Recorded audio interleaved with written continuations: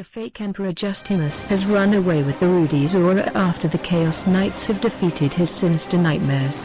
The imposter reveals to be Mork, the dragon god of destruction who had invaded Uldomhain over 120 years ago, and was slain by the four Bard Knights led by Hadon, Lorkhan's ancestor and founder of Requiem.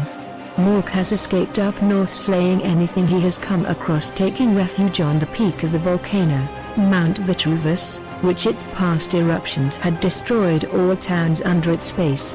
Mork summons some of his minions, to slay them as sacrifices, in order to perform a dark ritual, to absorb the Alhan artifact hidden in the Rudy's aura and converts part of the volcano's energy core into a set of lava golem titans.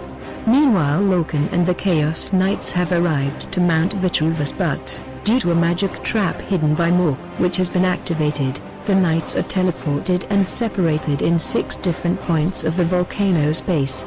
Lorkhan, CinergyX, Arvaarad, Code, Kinzuls and Kyrielle are so obliged to face and fight separately a powerful lava golem titan each. The fights are tough and put to the test the limits of the 6 Knights, which are though able to prevail over their foes in the end.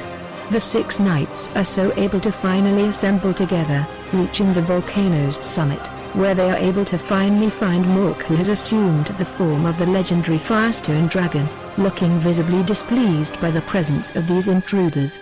But Mork is not alone, as appears his son Morak, the Demon Fire Knight champion, one of the 7 princes of destruction. Mork casts a spell so that he is able to share the power of the artifact with his son, whose powers so now match with his father. The 6 Knights so divide into 2 groups to fight the terrible 2 foes separately. CinergyX, Arvaarad and Code face Mork to contrast the magical powers and spell attacks of the Firestone Dragon, while Lorkhan, Kinzuls and Kyrielle face Morak to contrast the physical strength and might of this Juggernaut Knight champion.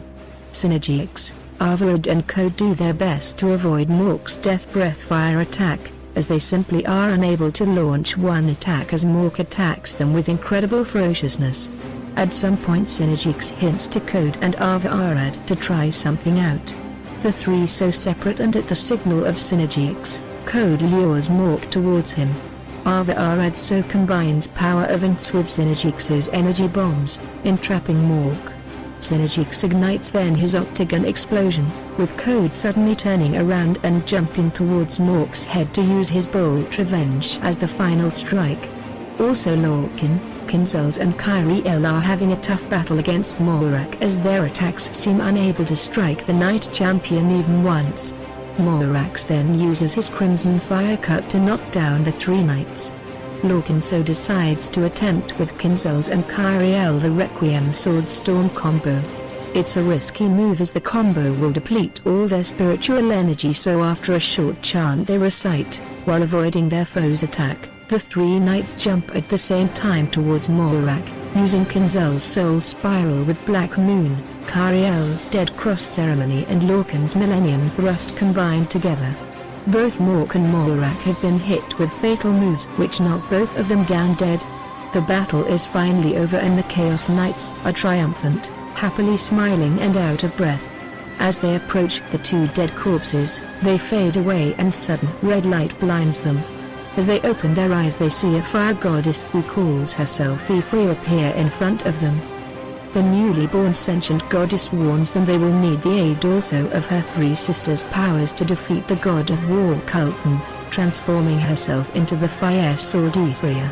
Lorkhan, CinergyX, Arvaarad, Code, Kinzuls and Kyrielle so head back towards Hadon Crest with the sacred fire sword, hoping that their fellow knight companions are progressing on their respective quests to recover the other treasures of Alkhan.